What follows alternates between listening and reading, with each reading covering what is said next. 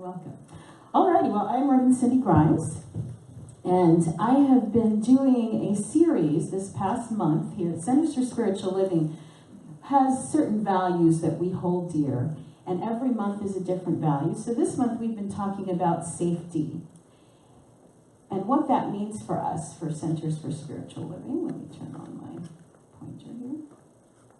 We create a community-wide climate conducive to honest reflection and deep and direct communication. The concept of safety in spiritual terms rests on our understanding of spirit as being everywhere present, as Donna so beautifully just sang about and prayed on, that spirit is all there is, that it runs in and around and through everything, including you and me.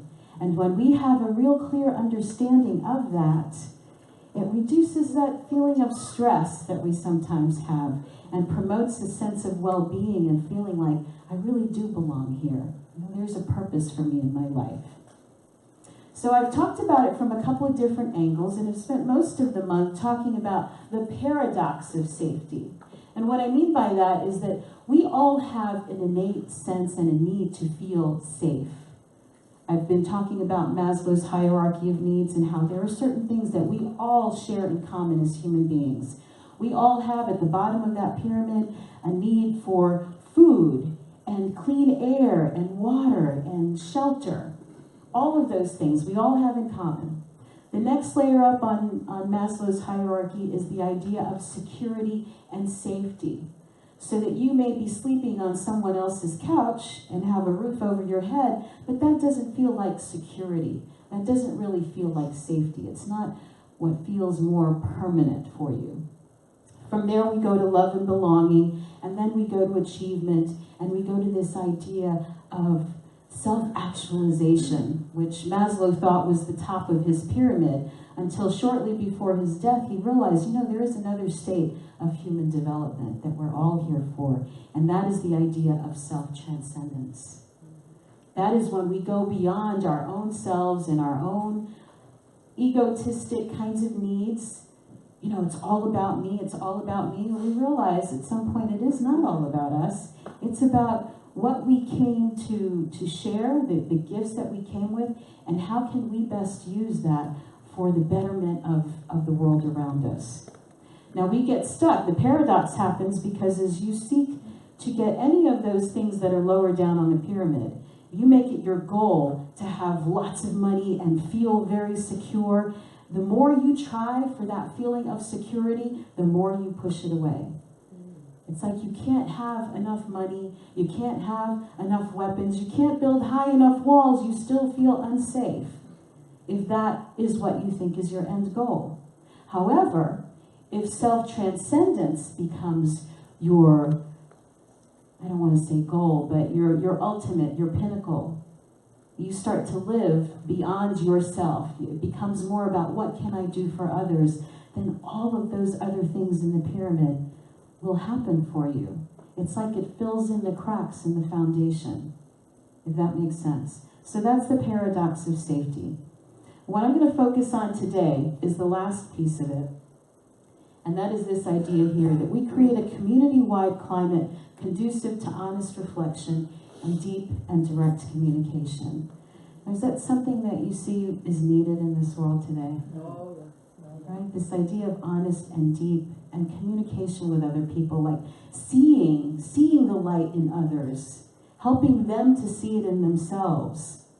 It means that we then have to be that safe person for others, because everywhere you go, there you are, right?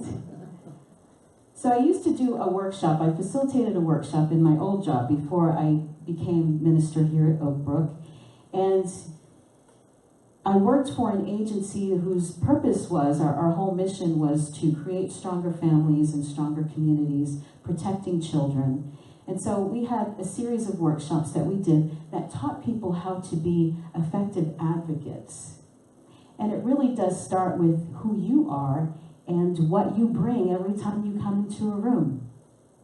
I was reading, now you've seen all the stuff coming out of Hollywood with this sexual predator who's really done a lot of damage out there. And I was reading an article that was an interview with Tony Bourdain. Anyone know who is? If you like food and cooking, you know who Tony Bourdain is, right? Celebrity chef. Well, he was being interviewed by a reporter, and he said something like, it was something to the effect of, I wonder why people didn't come to me.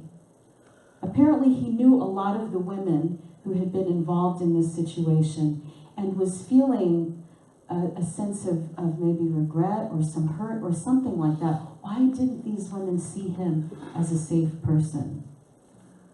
Right? Why was he not seen? Why was he not their go-to person?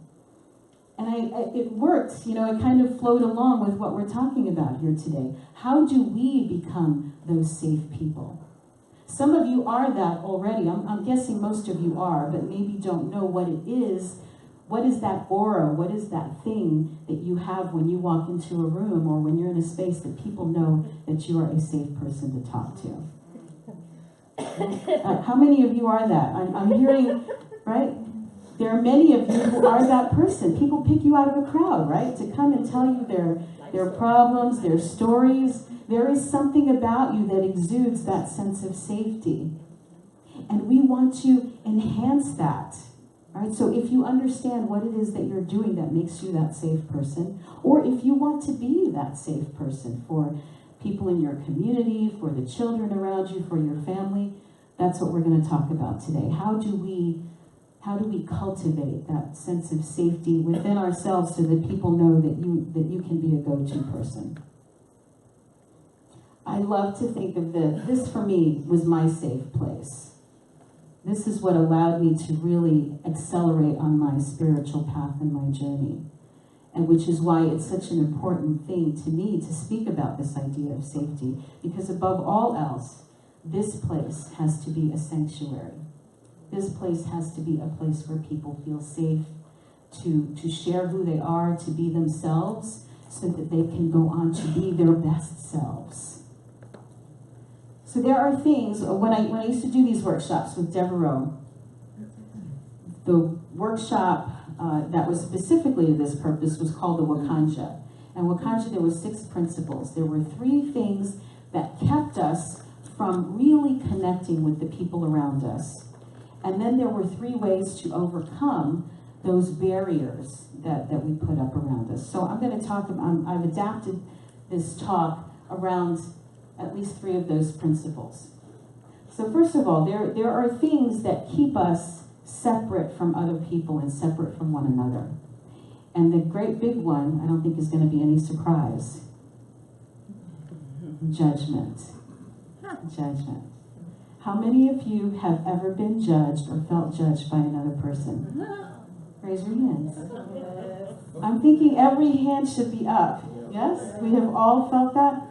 All right, I'm going to share, as I was thinking about my old employment, a memory came up for me this week around this idea of judgment. So I'd worked for this organization for a little while, and I did enjoy my job. I was a trainer and met lots of people, and every workshop that we were doing the same principles, it was always different because there were different people. So I enjoyed the job, but it felt kind of like a dead end. You know, like I was never going to advance in that position. And so I started looking around for some other things, and a job opened up at the agency that funded my agency, the agency I worked for, the funder. So it was a little tricky because these guys were essentially paying our salaries, and here I am going to them about a job opening. I really don't want my supervisor or anybody else to know that I'm doing this, as you can understand, right? Makes sense. You don't want them to know you're out there looking for another job. So it's a very sensitive kind of thing.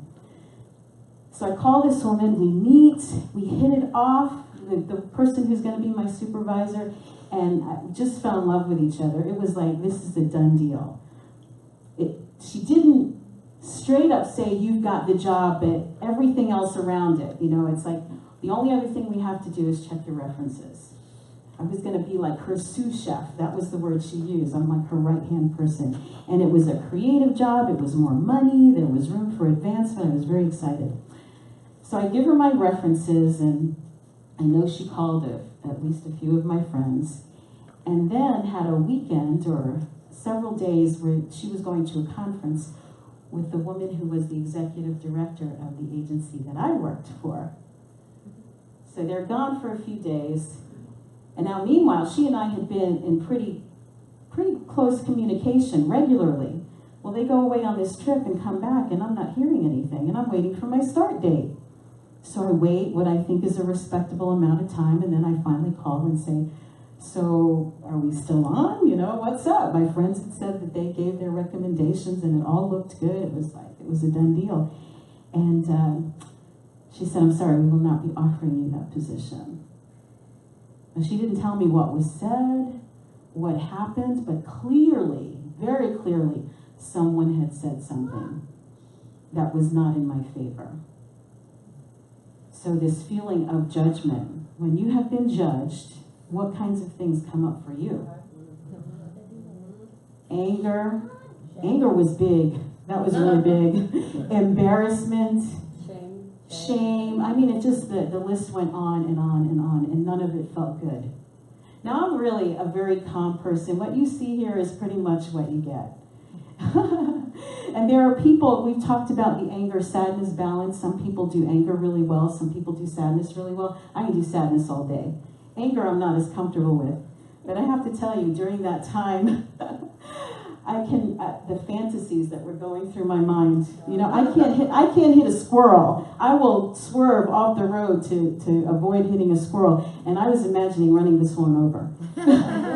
That's how upset I was. And I was here, you know, I was in the teaching, and so I was telling myself there's got to be higher purpose, there's got to be a reason I didn't get that job, but it didn't feel good at the time.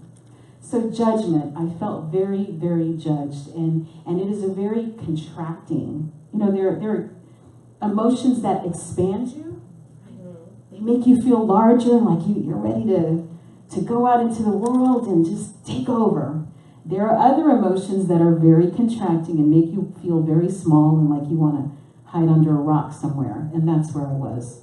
And that's what judgment does. That's what judgment does.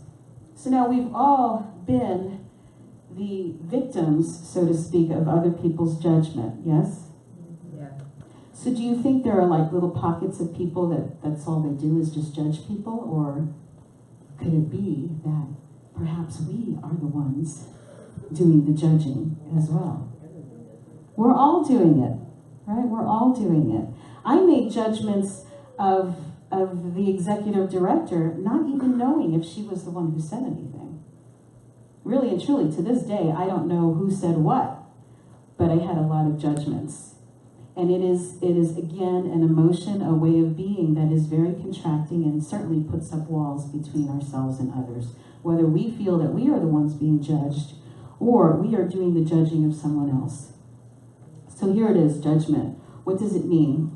It is an opinion or estimate, a criticism, a censure. It is the power of comparing or deciding.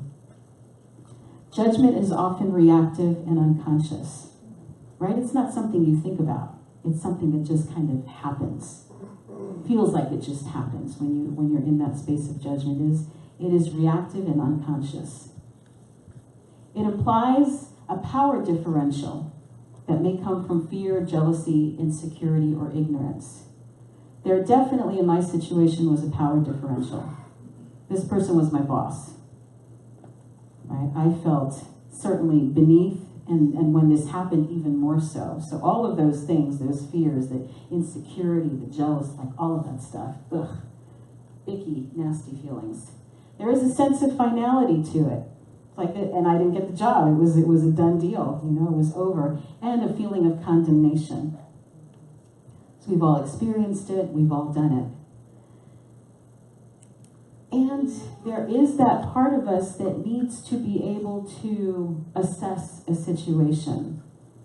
There's a difference between what we call judgment and what we call discernment. Right? There are people who've let themselves be in dangerous situations because they don't want to judge somebody. Judge, and I'll put that in quotation marks. Thinking about a woman, she was an actress, and I can't think of her name, but at any rate, she was on Oprah and was talking about a situation where before she was an actress, she was was working in a shoe sales place, and this person walked in just before the doors were closing, right before closing time. She got that feeling, you know, the intuitives, you get that feeling in the pit of your stomach, this person's not right, something's not right with the situation. But she said, well, I'm a nice person, I don't want to judge.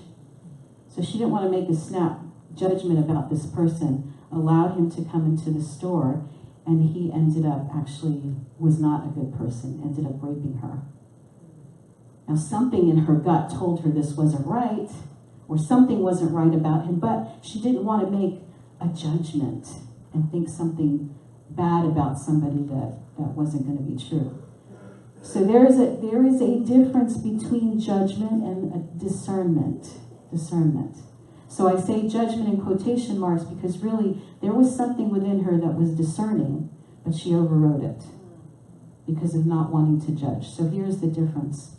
Discernment is separating a thing mentally, one thing from another, to perceive or to recognize, to make out clearly, to have insight, that is to see from within. And how is that different from judgment? Well, it is a conscious thing. When we are discerning, we are conscious of what we're doing. We are taking into account the whole situation. And it's not a snap judgment. It's not a quick answer. It comes from an understanding of ourselves and of other people. Discernment balances confidence and humility. Discernment says, if I was in a discerning place as opposed to a judgment place, I would say, these are my gifts and I know what they are. And I know that maybe there's somebody who's better for that job than I am. That would be more of a discernment than a judgment. So there is that combination of having confidence and knowing who you are and knowing who other people are and realizing your place in all of that. We have gifts. Some of us are better at some things than others, and vice versa.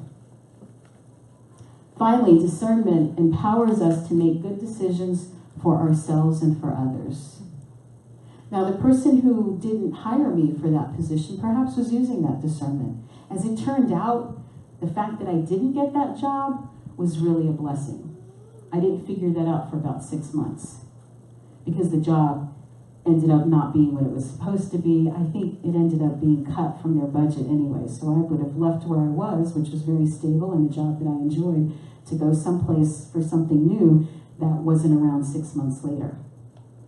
And it was a whole different kind of schedule. As it turned out, I needed the flexibility of the schedule I had. Everything would have changed. It was a blessing. It was a blessing. And it probably came from her discernment versus my judgment or the judgment of my supervisor or whatever that situation was. It ended up working out for the best. So we judge. We need to be aware that we do it and understand how that puts distance between you and other people. Because when you've been judged, you know what that feels like. You put that wall between yourselves and other people, yes? And if you are the one who is judging others, again, that wall goes up. The next thing that's a barrier, and I don't know if this will surprise you or not, but is culture. Is culture. Culture being the characteristics and knowledge of a particular group of people. It may be their language, their religion, their cuisine, social habits, music, etc., etc. It's also shared patterns of behaviors and interactions. It's our understanding that comes from our socialization, being part of certain groups, or who we identify with. So there are cultures, there's a culture of people who ride motorcycles. You know, they know the different kinds of motorcycles are, and they have different waves for people. If you drive a Harley, there's a certain kind of wave you do to other people that drive Harleys. I don't know. I found this out at Deborah. And there are cultures of people who eat hot sauce. You know, that's a whole culture within itself. People go to trade shows and things for that. Then we have cultures like political cultures. We put people in a box based on whether they vote blue or red. And we make judgments about people based on those ideas of the commonalities. So again, it's one of those things that can put a barrier between you and somebody else. Now you may look at someone and think, oh, they look like me. You know, we share a culture. And that may not be true either. My dad was a police officer in New York City. Big Puerto Rican family. He'd have guys, and I don't know if they were people he was arresting or people he may have been going out on a call, and they'd say, yo, bro, you know, we're going to do this thing like I know you or something. And my dad said, my mother had 15 children, and you were not one of them. I'm not your bro. And so we can't assume that we know too much about somebody because they look like us or they speak the same language that we do. And then conversely, you can't assume that you don't have something in common with someone because you look different or because you voted different. Culture is one of those things that can get in the way if we allow it to. If we allow it to. And it's a very tribal kind of thing. You know, we are continually looking for people who are part of our tribe. I like to say it like that. I know when people come in the doors here, you know, there are some people that feel like instantly they're at home. You know, I found my people. This is my tribe. We all have that feeling that we want to connect with our folks, right? But we have to be careful that then doesn't create a little clique or something where there's a wall that other people can't get past, because they're not like us. So culture is one of those things that can get in the way. The last thing that's a barrier is the idea of powerlessness, and this really gets back to fear. This gets back to fear. You see someone going through a difficult time, and maybe you're not sure that there's anything you can do to help them. You have a sense of powerlessness. There's nothing I can say, there's nothing I can do that is going to change the situation for someone. It is the perception that our actions cannot affect changes or change the outcome for someone. I love this quote. I found this. I had never even heard of this woman, Audre Lorde. Silence and invisibility go hand in hand with powerlessness. Now, this idea can manifest in a couple of different ways. It could be your feeling of powerlessness. You know, I don't know what to do for these people, so I'm not going to, or this person, therefore, I'm going to stay in my little bubble and just kind of watch. But the other way that it comes up is for people who are feeling powerless themselves and showing that in ways that maybe not really acceptable. You know, a person who, and again, this comes from a workshop where we were teaching people what to do in situations. Say you work at the health department and somebody comes in and they're irate. Or you're a school teacher and you've got a parent that's coming in that's very upset. How do you kind of de-escalate that situation? Well, part of it comes from realizing that people, when they are upset, when they're in a tough spot, they very often will act out in ways that seem inappropriate. So they'll be showing anger, right? What does an animal do when it's backed in a corner? It lashes out, or it runs, one or the other. So people who are feeling powerless will do the same thing. They're going to show you their fangs. They're going to show you that they're not afraid. You know, that's how it comes out. Is that anger and let's say carrying weapons and things like that are really just an idea that the person is maybe not feeling as safe within themselves and needs something else to bolster them. Does that make sense? Okay. So powerlessness is one of those things that can get in the way of us reaching out or other people coming to us. Is their sense of powerlessness or our sense of powerlessness? Which again, when you peel all the layers away from that, it really comes down to fear. So how do we get over it? How do we get over these barriers? How do we reconnect with people? Number one, acknowledge your own judgments. Acknowledge it, realize it, own it. Own it. We're all doing it all the time. As we walk this path, though, part of our awakening is starting to notice. Noticing what it is that you're doing, notice what you're saying, notice what you're thinking. And realizing that that's not even who you are. You are the entity that is experiencing all of those thoughts and those emotions and the ideas. You're the awareness behind all of that. Right? Your thoughts, your opinions, your judgments, all of that stuff is just like the clouds that pass on the sky. In that analogy, you're the sky. All the passing emotions are the clouds that are continually changing. And it doesn't alter who you are at your core. But acknowledge, realize when you're the one who is making a judgment of somebody else. And not make assumptions about people. Virginia Woolf said this, if you do not tell the truth about yourself, you can't tell it about another person. Right? Know who you are and realize what it is that you're doing. Assess yourself in the situation. The Dalai Lama said, a calm mind helps our human intelligence to assess the situation realistically. So again, we don't make snap judgments. You take your time to come from a place of centeredness and calm and see what wisdom is wanting to show itself. See what your discernment is telling you about the situation. But don't act without going into that safe space. You know, I remind myself of this constantly on Facebook. I start typing something away furiously and I look and think, okay, let me breathe. I probably shouldn't send this message, erase. If I'm not going to help this situation in some way, if I am contributing to this wall that is between us, then I'm not going to put it out there. I'm not putting it out there. So assess yourself, assess the situation. Is this your moment to say something? Is this your moment to do something? If you're angry, if you're upset, that's probably not the best time to say something or to write something, to pick up the phone. Yeah, take a step back. Realize where your judgment might be and turn that then to discernment. So assess yourself in the situation. And then act mindfully in the moment. Isn't that cute? I found that online. That just was a great illustration there. Mindful with the F-U-L-L. Is your mind full? Is it constantly going, constantly moving? Or are you being mindful and seeing what is really in front of you? Again, coming from that place, is it judgment or is it discernment?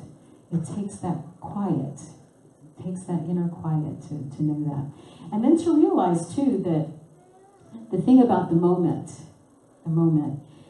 is that life, your life is like a movie. If your life was a movie and your life was like mine, 50 some odd years of a film that's been going and going and going. And you see someone in a moment that's just a snapshot. It's just a little piece of their ongoing story. You don't know what came before. You don't know what's coming after. All you have is that moment in time. So we snap to judgment. Right? I see someone acting in a way that I don't like, or they say something, and all you've caught is a little snapshot. There are some snapshots that I would hope that no one ever sees of me. Would be grateful if they never saw. Right? Do you all have those?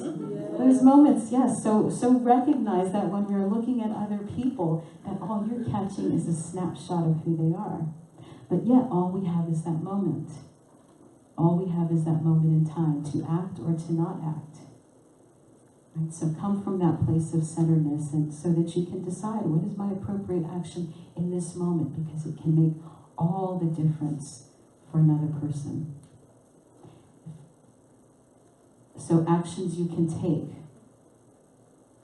when you see someone in difficulty is offer assurance.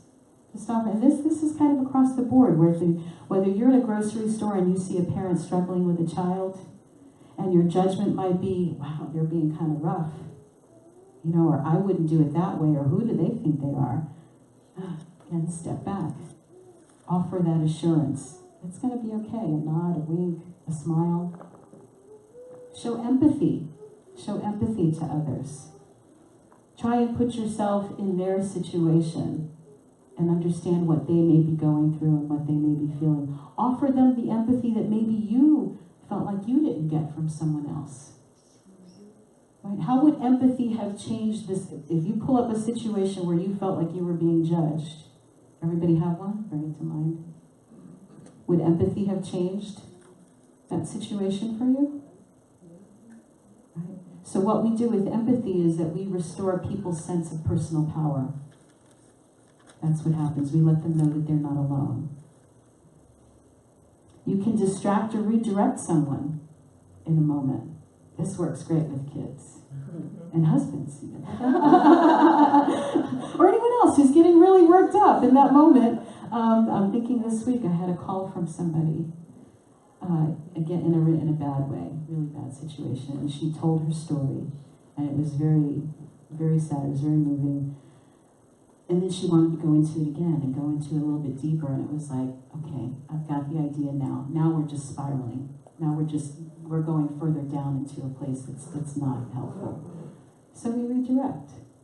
We redirect. Very simply, very easily. Did anything good happen today? Is there anything that happened to you today that you can be grateful for? And that put her on a whole different track. Right? So you can redirect. And then there are those of us who shiny things too. Right? Shiny things, redirect your attention. That is something that you can do in a moment to help someone. Find something positive to say. Find something positive. That can turn something around in a moment. When someone is just looking at their deficits or their problems, to find something that is a gift that they have, they may not have realized they had. And that too can turn the situation around for you. And for them, and to give them the sense that you are a place of safety where they can come and know that they're not going to be judged, and help them in their healing going forward. And then, of course, there's offering encouragement.